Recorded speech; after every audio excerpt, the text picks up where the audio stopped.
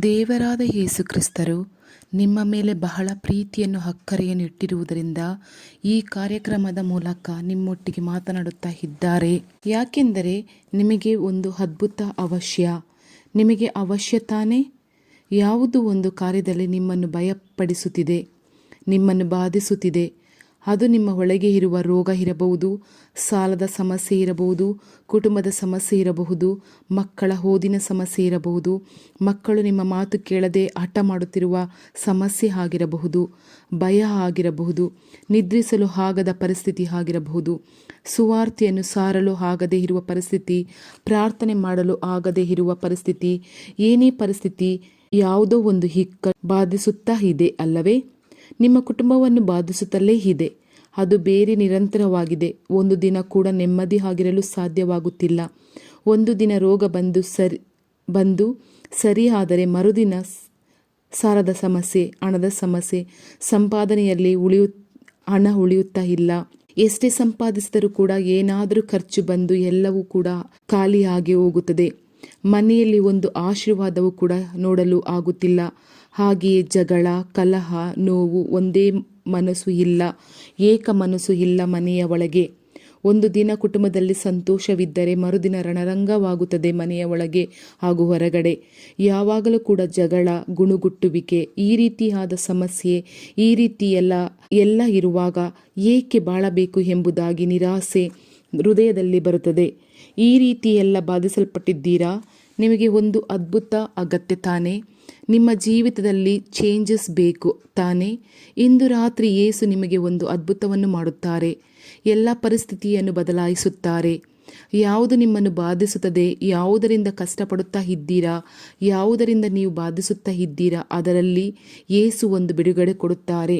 ಈ ರೀತಿಯಾಗಿ ಅನೇಕರ ಜೀವಿತದಲ್ಲಿ ನಡೆಯುತ್ತಾ ಇದೆ. ನಿಮ್ಮ ಜೀವಿತದಲ್ಲಿ ಕೂಡ ನಡೆಯುತ್ತಾ ಇದೆ ಅಲ್ಲವೇ? ಏಕೆ ಹಣ ಕೈಯಲ್ಲಿ ಉಳಿಯುತ್ತಾ ಇಲ್ಲ? ಬರೀ ಸಮಸ್ಯೆ, ಗೊಂದಲಗಳು, ಸಾಯಬೇಕು ಎಂಬ ಆಲೋಚನೆ ಇರುತ್ತದೆ. ಒಂದು ನೆಮ್ಮದಿ ಕೂಡ ಇಲ್ಲ, ಒಂದು ನೆಮ್ಮದಿಯ ಜೀವಿತ ಕೂಡ ಇಲ್ಲ. ಒಂದು ವೇಳೆ ಅದು ಶಾಪವಾಗಿರಬಹುದು. ಪ್ರೀತಿಯ ದೇವರ ಮಕ್ಕಳೇ, ಹೌದು, ಚೆನ್ನಾಗಿ ಅರಿತುಕೊಳ್ಳಿ, ಅದು ಶಾಪ. ಈ ಶಾಪ ನಮ್ಮ ಜೀವನದಲ್ಲಿ ಉಂಟಾಗುವಾಗ ನೆಮ್ಮದಿ ಇರುವುದಿಲ್ಲ. ನಿರಂತರ ನಷ್ಟಗಳು, ಸಮಸ್ಯೆಗಳು, ಸೋಲುಗಳು, ನಿರಂತರ ರೋಗಗಳು, ವ್ಯಾಧಿಗಳು, ನಿರಂತರ ಕುಟುಂಬದಲ್ಲಿ ಮರಣಗಳು, ಯಾವಾಗಲೂ ಒಂದು ಭಯ, ಹಗಲು ಇರಬಹುದು, ರಾತ್ರಿ ಇರಬಹುದು, ಕಳವಳ, ಗೊಂದಲ ಹಾಗೇ ಇರುತ್ತದೆ. ಆದರೆ ಹಿಂದೆ ಇರುವಂಥದ್ದು ಒಂದು ಶಾಪ. ಈ ಶಾಪ ನೀಗುವುದಕ್ಕೆ ಏನು ಮಾಡುವುದು? ಈಗ ಕೆಲ ಕುಟುಂಬಗಳಲ್ಲಿ ಇದ್ದ ಶಾಪ ಕಟ್ಟುಗಳು ನೀಗಿಸಿ ದೇವರು ಬಿಡುಗಡೆ ಕೊಟ್ಟಿದ್ದಾರೆ. ಅದೇ ರೀತಿ ನಮ್ಮ ಕುಟುಂಬದಲ್ಲಿ ಕೂಡ ಕೊಡುತ್ತಾರೆ. ಒಂದು ಕುಟುಂಬದ ಮೇಲೆ ಶಾಪ ಇದೆ ಅಂದರೆ ಸೈತಾನನ ಅದರ ಮೂಲಕವಾಗಿ ದುರಾತ್ಮಗಳು ನುಸುಳಿ ಭಯವನ್ನು ಉಂಟು ಮಾಡಿ, ಬಾಧೆಗಳನ್ನು ಉಂಟು ಮಾಡಿ, ಕೊನೆಗೆ ಆತ್ಮಹತ್ಯೆ ಮಾಡಿಕೊಂಡು ಸಾಯಿ ಎಂಬ ಪರಿಸ್ಥಿತಿಯನ್ನು ಸೈತಾನ ಉಂಟು ಮಾಡುವನು. ಅದು ಒಂದು ಶಾಪ. ಆ ಶಾಪದಲ್ಲಿ ಕ್ರಿಯೆ ಮಾಡುವಂಥದ್ದು ಒಂದು ಆತ್ಮ, ದುರಾತ್ಮ ಲೋಕದಲ್ಲಿ ಕ್ರಿಯೆ ಮಾಡುವಂಥ ಆತ್ಮ. ಹಾಗಾದರೆ ಈ ರೀತಿಯೆಲ್ಲ ಇದೆಯಲ್ಲ, ಇದರಿಂದ ಬಿಡುಗಡೆ ಹೊಂದುವುದು ಹೇಗೆ? ಇದಕ್ಕೆ ಏನು ಪರಿಹಾರ ಎಂದು ಅಂದುಕೊಳ್ಳುತ್ತೀರಾ? ನಿಮಗೆ ಒಂದು ಪರಿಹಾರವನ್ನು ಹೇಳುತ್ತೇನೆ. ಅದಕ್ಕಿಂತ ಮುಂಚೆ ನನ್ನ ಜೀವಿತದಲ್ಲಿ ನಡೆದ ಘಟನೆ ಅಂದರೆ, ನಾನು ನನ್ನ ಅಪ್ಪನ ತಂದೆ ತಾಯಿಯ ಮನೆಯಲ್ಲಿ ಇದ್ದದ್ದು, ಅವರ ಬಗ್ಗೆ ಹೇಳುತ್ತಾ ಇದ್ದೇನೆ. ಅಂದರೆ ನನ್ನ ಅಜ್ಜ ಅಜ್ಜಿಯ ಬಗ್ಗೆ. ನನ್ನ ಅಪ್ಪ ಅಮ್ಮ ಬೇರೆ ಕಡೆ ಇದ್ದರು. ನನ್ನ ಅಪ್ಪ ಕಾಫಿ ಎಸ್ಟೇಟ್ನಲ್ಲಿ ಸೂಪರ್ವೈಸರ್ ಆಗಿ ಕೆಲಸ ಮಾಡುತ್ತಿದ್ದರು. ನಾನು, ನನ್ನ ಅಕ್ಕ, ನನ್ನ ತಮ್ಮ, ನನ್ನ ತಾತ ಅಜ್ಜಿಯ ಮನೆಯಲ್ಲಿ ಇದ್ದು ಓದಿ ಬೆಳೆದೆವು. ನನ್ನ ತಾತ ಆಸ್ಪತ್ರೆಯಲ್ಲಿ ಕಾಂಪೌಂಡರ್ ಆಗಿ ಕೆಲಸ ಮಾಡುತ್ತಾ ಇದ್ದರು. ನಮ್ಮ ಊರಿನಲ್ಲಿ ನನ್ನ ತಾತನಿಗೆ ಒಳ್ಳೆಯ ಹೆಸರು ಹಾಗೂ ಒಳ್ಳೆಯ ಮರ್ಯಾದೆ ಕೂಡ ಕೊಡುತ್ತಿದ್ದರು.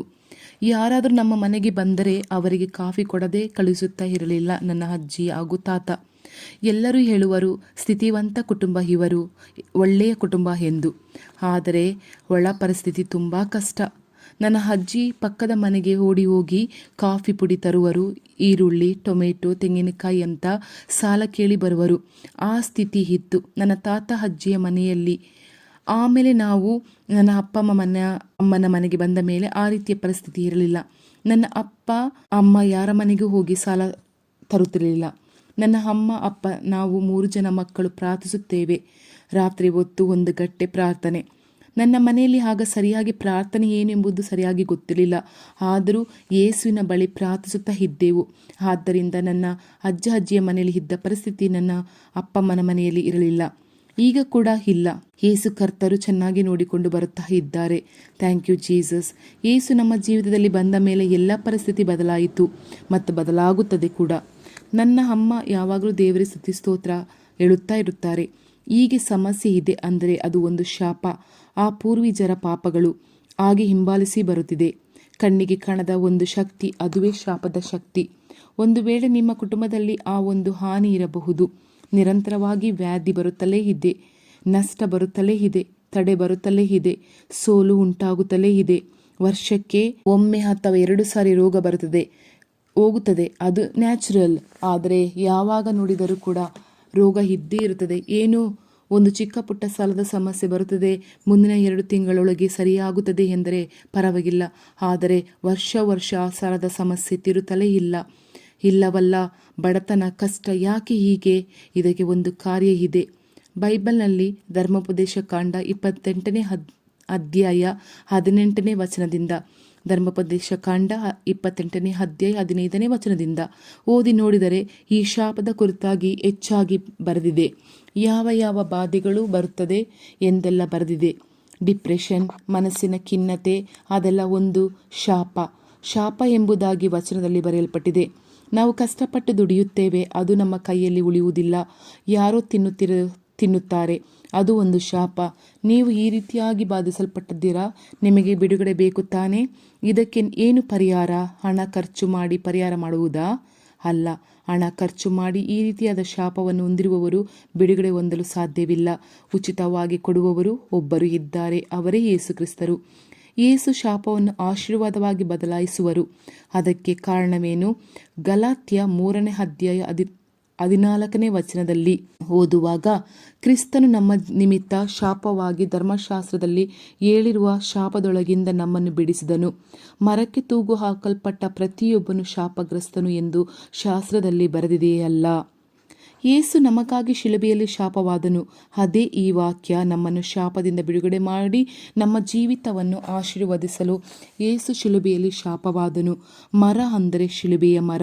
ಅದರಲ್ಲಿ ತೂಗು ಹಾಕಲ್ಪಟ್ಟವನು ಶಾಪಗ್ರಸ್ತನು ಎಂದು ಎಣಿಸಲ್ಪಟ್ಟಿತ್ತು. ಹಾಗಾದರೆ ಯೇಸು ಶಿಲುಬೆಯಲ್ಲಿ ನಮಗಾಗಿ ರಕ್ತ ಸುರಿಸಿ ಸತ್ತಾಗ ಆತನ ತಲೆಯಲ್ಲಿ ಮುಳ್ಳಿನ ಕಿರೀಟವನ್ನು ಹಾಕಿದರು ಅಲ್ಲವೇ? ಯೇಸು ಕ್ರಿಸ್ತನ ದಿನಗಳಲ್ಲಿ ಅನೇಕರನ್ನು ಶಿಲುಬೆಯಲ್ಲಿ ಜಡಿದು ರೋಮನ್ ಸರ್ಕಾರ ಕೊಂದಿತು. ಆದರೆ ಯಾರ ತಲೆಯಲ್ಲೂ ಮುಳ್ಳಿನ ಕಿರೀಟ ಇರಲಿಲ್ಲ. ಯೇಸುವಿನ ತಲೆಯಲ್ಲಿ ಮಾತ್ರ ಮುಳ್ಳಿನ ಕಿರೀಟ. ಅದು ಯಾವುದಕ್ಕೆ ಸೂಚಿಸುತ್ತದೆ ಅಂದುಕೊಳ್ಳುತ್ತೀರಾ? ಆದಿಕಾಂಡ 3ನೇ ಅಧ್ಯಾಯ 17 ಮತ್ತು 18ನೇ ವಚನವನ್ನು ಓದಿದರೆ, ಪಾಪದ ನಿಮಿತ್ತ ದೇವರು ಭೂಮಿಯನ್ನು ಶಪಿಸುವಾಗ ಇನ್ನು ಮೇಲೆ ಈ ಭೂಮಿಯ ಮುಳ್ಳುಗಳನ್ನು ಕಳೆಗಳನ್ನು ಬೆಳೆಸುವುದು ಎಂಬುದಾಗಿ. ಅಂದರೆ ದೇವರು ಮೊದಲು ಅದನ್ನು ಸೃಷ್ಟಿಸಲೇ ಇಲ್ಲ. ಮುಳ್ಳಿನ ಮರ ಗಿಡಗಳು ನೋಡುತ್ತೀರಾ ಅಲ್ಲವೇ? ಈಗ ದೇವರು ಆಗ ಅಂದರೆ ಮೊದಲು ಸೃಷ್ಟಿಯಲ್ಲಿ ಉಂಟು ಮಾಡಲೇ ಇಲ್ಲ. ಆತನು ಉಂಟು ಮಾಡಿದ್ದು ಎಲ್ಲವೂ ಆಗಿದ್ದವು. ಒಳ್ಳೆಯ ಹಣ್ಣುಗಳನ್ನು ಕೊಡುವಂತಹ ಮರಗಳು, ಒಳ್ಳೆಯ ಹೂವಿನ ಗಿಡಗಳು, ಒಳ್ಳೆಯ ಮೂಲಿಕೆಗಳನ್ನು ಉಂಟು ಮಾಡಿದನು ಎಂಬುದಾಗಿ ಬೈಬಲ್ನಲ್ಲಿ ಇದೆ. ಮನುಷ್ಯನ ಪಾಪಗಳಿಂದ ಭೂಮಿ ಶಾಪಿಸಲ್ಪಟ್ಟ ಆಗಲೇ ಈ ಮುಳ್ಳುಗಳು, ಅಂದರೆ ಆ ಮುಳ್ಳುಗಳು ಶಾಪವನ್ನು ಸೂಚಿಸುತ್ತದೆ. ಹಾಗಾದರೆ ಈ ಮನುಕುಲವನ್ನು ಪ್ರತಿಯೊಬ್ಬನಿಗೂ ಶಾಪ ಪೀಡಿಸುತ್ತಿದೆ. ಇದು ರಹಸ್ಯವಾಗಿದ್ದುಕೊಂಡು ಅನೇಕ ಕುಟುಂಬವನ್ನು ಹಾಳು ಮಾಡುತ್ತಿದೆ. ಎಷ್ಟೇ ಭಕ್ತಿಯಿಂದ ಇದ್ದರೂ ಶಾಪ ಹೋಗುತ್ತಿಲ್ಲ. ಇದರಿಂದ ಬಿಡುಗಡೆ ಹೇಗೆ? ಯೇಸು ಶಿಲುಬೆಯಲ್ಲಿ ಶಾಪವಾದರು. ಆತನು ಬಂದು ಶಾಪಕ್ಕೆ ಪರಿಹಾರವನ್ನು ಉಂಟು ಮಾಡಿದರು. ತನ್ನ ತಲೆಯ ಮೇಲೆ ಆ ಮುಳ್ಳಿನ ಕಿರೀಟವನ್ನು ಹೊತ್ತುಕೊಂಡು ನಮ್ಮೆಲ್ಲರ ಶಾಪಗಳನ್ನು ನಮ್ಮ ಮೇಲೆ ಬರಲಿ ಆತನ ಮೇಲೆ ಬರಲಿ ಎಂದು, ನನ್ನ ಮಕ್ಕಳು, ನನ್ನ ಜನರು ಆಶೀರ್ವದಿಸಪಡಲಿ ಎಂಬುದಾಗಿ ಶಾಪವಾದನು. ನಿಮ್ಮ ಮೇಲೆ ಆತನಿಗೆ ಎಷ್ಟೊಂದು ಪ್ರೀತಿ ನೋಡಿದ್ದೀರಾ? ನಿಮ್ಮ ಶಾಪಗಳನ್ನು ಮಾರ್ಪಡಿಸಲು ಆತನೇ ಶಿಲುಬೆಯಲ್ಲಿ ಆತನೇ ಶಾಪವಾಗಿ ತೂಗಿ ಸತ್ತನು. ನಮ್ಮ ಪಾಪಗಳನ್ನು ಆತನು ಶಿಲುಬೆಯಲ್ಲಿ ಹೊತ್ತುಕೊಂಡನು, ಶಾಪಗಳನ್ನು ಹೊತ್ತುಕೊಂಡನು. ನೀವು ಅದನ್ನು ನಂಬಿ, ಯೇಸುವೆ, ನಿಮ್ಮ ರಕ್ತದ ಶಕ್ತಿಯಿಂದ ನನ್ನನ್ನು ತೊಳೆಯಿರಿ, ನನ್ನ ಕುಟುಂಬವನ್ನು ಪರಿಶುದ್ಧಪಡಿಸಿರಿ, ಈ ಶಾಪದಿಂದ ಬಿಡುಗಡೆ ಕೊಡಿರಿ. ನೀವು ಶಿಲುಬೆಯಲ್ಲಿ ನನಗಾಗಿ ಶಾಪವಾದಿರಿ, ಈ ಶಾಪದಿಂದ ನನ್ನ ಕುಟುಂಬಕ್ಕೆ ಬಿಡುಗಡೆ ಬೇಕು, ಕೊಡಿ ಎಂದು ಪ್ರಾರ್ಥಿಸಿ ನೋಡಿ. ತಕ್ಷಣ ಬದಲಾವಣೆ ಬರುವುದು. ಆ ಮಾತನ್ನು ಹೇಳಿ ಶಿಲುಬೆಯನ್ನು ನೆನೆಸಿ ಆ ರಕ್ತವನ್ನು ಪ್ರೋಕ್ಷಿಸಿ ನೀವು ಪ್ರಾರ್ಥಿಸಬೇಕು. ಆ ಶಾಪದ ಕಟ್ಟುಗಳು ಕಡಿಯಲ್ಪಟ್ಟ ಕೂಡಲೇ ಶಾಪದಿಂದ ಬಂದ ವ್ಯಾಧಿ ನೀಗುತ್ತದೆ, ಶಾಪದಿಂದ ಬಂದಂಥ ದರಿದ್ರ ಹೋಗುತ್ತದೆ, ಶಾಪದಿಂದ ಬಂದಂತಹ ಸಾಲದ ಸಮಸ್ಯೆ ಹೋಗುತ್ತದೆ, ಶಾಪದಿಂದ ಬಂದಂತಹ ತಡೆಗಳು ನೀಗುತ್ತವೆ. ಈ ರೀತಿ ದೊಡ್ಡ ಆಶೀರ್ವಾದಗಳನ್ನು ನೀವು ಕಾಣುವಿರಿ. ಇಂದು ರಾತ್ರಿ ನಿಮ್ಮ ಶಾಪವನ್ನು ಮಾರ್ಪಡಿಸುವಂತಹ ರಾತ್ರಿ. ನೀವು ನಂಬುತ್ತೀರಾ? ಈಗ ದೇವರನ್ನು ನೋಡಿ, ದೇವರೇ, ಶಾಪದಿಂದಲೇ ನನ್ನ ಕುಟುಂಬವು ಬಾಧಿಸಲ್ಪಟ್ಟಿದೆ. ನೀವು ಶಿಲುಬೆಯಲ್ಲಿ ನಮಗಾಗಿ ಶಾಪವಾದಿರಿ, ಆದ್ದರಿಂದ ಈ ಶಾಪದಿಂದ ನನಗೆ ನನ್ನ ಕುಟುಂಬಕ್ಕೆ ಬಿಡುಗಡೆ ಕೊಡಿ ಎಂದು ಹೀಗೆ ಪ್ರಾರ್ಥಿಸಲಿದ್ದೇವೆ. ದೇವರು ಬಿಡುಗಡೆ ಕೊಡುತ್ತಾರೆ. ನನಗೆ ಈ ಶಾಪದಿಂದ ಬಿಡುಗಡೆ ಬೇಕು ಎಂಬುದಾಗಿ ಬಯಸುವಂಥವರು ನಿಮ್ಮ ಬಲಗೈಯನ್ನು ನಿಮ್ಮ ಹೃದಯದ ಮೇಲೆ ಇಟ್ಟುಕೊಳ್ಳಿ ಮತ್ತು ಮೊಣಕಾಲೂರಿರಿ. ನಿಮಗಾಗಿ ಶಿಲುಬೆಯಲ್ಲಿ ರಕ್ತ ಸುರಿಸಿ ಸತ್ತಂತಹ ಯೇಸುವನ್ನು ನೆನಪಿಸಿಕೊಳ್ಳಿರಿ. ನಿಮ್ಮ ಹೃದಯದಲ್ಲಿ ಯೇಸುವನ್ನು ದೃಷ್ಟಿಸಿ ನಿಮ್ಮ ಕಣ್ಣುಗಳನ್ನು ಮುಚ್ಚಿ, ಯೇಸುವೆ, ನನಗಾಗಿ ನೀವು ಶಿಲುಬೆಯಲ್ಲಿ ಶಾಪವಾದಿರಿ, ನನ್ನ ಶಾಪವನ್ನು, ನನ್ನ ಕುಟುಂಬದ ಶಾಪವನ್ನು ನೀವು ಶಿಲುಬೆಯಲ್ಲಿ ಒತ್ತಿರಿ. ನಿಮ್ಮ ರಕ್ತದ ಹನಿಗಳಿಂದ ಈ ಎಲ್ಲ ಶಾಪಗಳು ಲಯವಾಗಿ ಹೋಗಲಿ, ನನ್ನ ಕುಟುಂಬದಲ್ಲಿ ಆಶೀರ್ವಾದ ಉಂಟಾಗಲಿ ಎಂಬುದಾಗಿ ಹೇಳಿರಿ. ತಂದೆಯೇ, ಯಾರು ಹೃದಯಗಳ ಮೇಲೆ ಕೈಗಳನ್ನು ಇಟ್ಟು ಪ್ರಾರ್ಥಿಸುತ್ತಾ ಇದ್ದಾರೋ ನನ್ನ ಮೇಲೆ ಇರುವ ಶಾಪಗಳು ಮಾರ್ಪಾಡಾಗಬೇಕು, ನನ್ನ ಕುಟುಂಬದ ಮೇಲಿರುವಂತಹ ಶಾಪಗಳು ನೀಗಬೇಕು. ಶಿಲುಬೆಯಲ್ಲಿ ನೀವು ಸುರಿಸಿದಂತಹ ರಕ್ತದ ಶಕ್ತಿಯು ಈಗ ನನ್ನ ಮೇಲೆ, ನನ್ನ ಕುಟುಂಬದ ಮೇಲೆ ಇಳಿದು ಬರಬೇಕು. ಯೇಸುವೆ, ಈ ಶಾಪದಿಂದ ಬಿಡುಗಡೆ ಕೊಡಿ ಎಂಬುದಾಗಿ ಪ್ರಾರ್ಥನೆ ಮಾಡ್ತಾರಲ್ಲಪ್ಪ. ಈ ಮಗನಿಗಾಗಿ, ಈ ಮಗಳಿಗಾಗಿ, ಈ ತಂದೆಯವರಿಗಾಗಿ, ಈ ತಾಯಿಯವರಿಗಾಗಿ, ಈ ಸಹೋದರನಿಗಾಗಿ, ಈ ಸಹೋದರಿಗಾಗಿ, ಯೌವನ ಮಗನಿಗಾಗಿ, ಯೌವನ ಮಗಳಿಗಾಗಿ, ಚಿಕ್ಕ ಮಕ್ಕಳಿಗಾಗಿ ನಾನು ಪ್ರಾರ್ಥಿಸುತ್ತೇನೆ. ತಂದೆಯೇ, ನಿಮ್ಮ ರಕ್ತದ ಶಕ್ತಿಯು ಈಗ ಇಂದು ರಾತ್ರಿ ಈ ಕ್ಷಣ ಇಳಿದು ಬರಲಿ. ಎಲ್ಲ ಶಾಪದ ಕಟ್ಟುಗಳು ಯೇಸುಕ್ರಿಸ್ತನ ನಾಮದಲ್ಲಿ ಕಡಿಯಲ್ಪಟ್ಟು ಲಯವಾಗಿ ಹೋಗಲಿ. ಆ ಶಾಪದಲ್ಲಿ ಕ್ರಿಯೆ ಮಾಡುವಂತಹ ದುಷ್ಟ ಆತ್ಮಗಳು ಯೇಸುಕ್ರಿಸ್ತನ ನಾಮದಲ್ಲಿ ಈ ಕುಟುಂಬಗಳನ್ನು ಬಿಟ್ಟು ಹೋಗಲಿ. ಶಾಪದಿಂದ ಉಂಟಾಗುವ ವ್ಯಾಧಿಗಳು, ಪೂರ್ವಿಜರ ಪರವಾಗಿ ಆವರಿಸಿಕೊಂಡಂತಹ ರೋಗಗಳು ಯೇಸುಕ್ರಿಸ್ತನ ನಾಮದಲ್ಲಿ ಮರೆಯಾಗಿ ಹೋಗಲಿ. ಶಾಪವಾಗಿ ಹಿಂಬಾಲಿಸಿಕೊಂಡು ಬರುವಂತಹ ಸಾಲದ ಸಮಸ್ಯೆಗಳು ಯೇಸುಕ್ರಿಸ್ತನ ನಾಮದಲ್ಲಿ ಪೂರ್ಣವಾಗಿ ನೀಗಿ ಹೋಗಲಿ. ಶಾಪದಿಂದ ಬರುವಂತಹ ಆ ದರಿದ್ರ, ಆ ಬಡತನ ಯೇಸುವಿನ ನಾಮದಲ್ಲಿ ನೀಗಲಿ. ಶಾಪದಿಂದ ಉಂಟಾದಂತಹ ತಡೆಗಳು ನೀಗಲಿ. ಯೇಸುಕ್ರಿಸ್ತನ ನಾಮದಲ್ಲಿ ಒಳ್ಳೆಯ ಕಾರ್ಯ ಸಫಲವಾಗಲಿ. ನಿಮ್ಮ ರಕ್ತವನ್ನು ಪ್ರೋಕ್ಷಿಸಿ ಶಾಪದ ಕ್ರಿಯೆಗಳು ನೀಗಿ ಹೋಗಲಿ ಎಂಬುದಾಗಿ ನಾನು ಹೋರಾಡುತ್ತೇನೆ. ಇಂದು ರಾತ್ರಿ ಒಂದು ಬಿಡುಗಡೆ, ಕುಟುಂಬಕ್ಕೆ ಬಿಡುಗಡೆ, ಈ ಸಹೋದರ ಸಹೋದರಿಗೆ ಬಿಡುಗಡೆ. ಈಗ ದುರಾತ್ಮಗಳು ಬಿಟ್ಟು ಹೋಗುತ್ತಿರುವುದಕ್ಕಾಗಿ ವಂದನೆ ಯೇಸಪ್ಪ. ಶಾಪದಿಂದ ಕ್ರಿಯೆಗಳು ಮಾಡುವಂತಹ ಸೈತಾನನ ಶಕ್ತಿ ಯೇಸುಕ್ರಿಸ್ತನ ನಾಮದಲ್ಲಿ ಲಯವಾಗುತ್ತಿರುವುದಕ್ಕಾಗಿ ಯೇಸುವಿಗೆ ಸ್ತೋತ್ರ, ಸ್ತೋತ್ರ. ಇಂದು ರಾತ್ರಿ ಮೊದಲುಗೊಂಡು ಆರೋಗ್ಯವು, ಮೇಲುಗಳು, ಆಶೀರ್ವಾದಗಳು ಈ ಕುಟುಂಬದಲ್ಲಿ ಪೂರ್ತಿಯಾಗಿ ಉಂಟಾಗಲಿ. ಶಾಪವನ್ನು ನೀವು ಆಶೀರ್ವಾದವಾಗಿ ಮಾರ್ಪಡಿಸಿದ್ದಕ್ಕಾಗಿ ಸ್ತೋತ್ರ, ಸ್ತೋತ್ರ.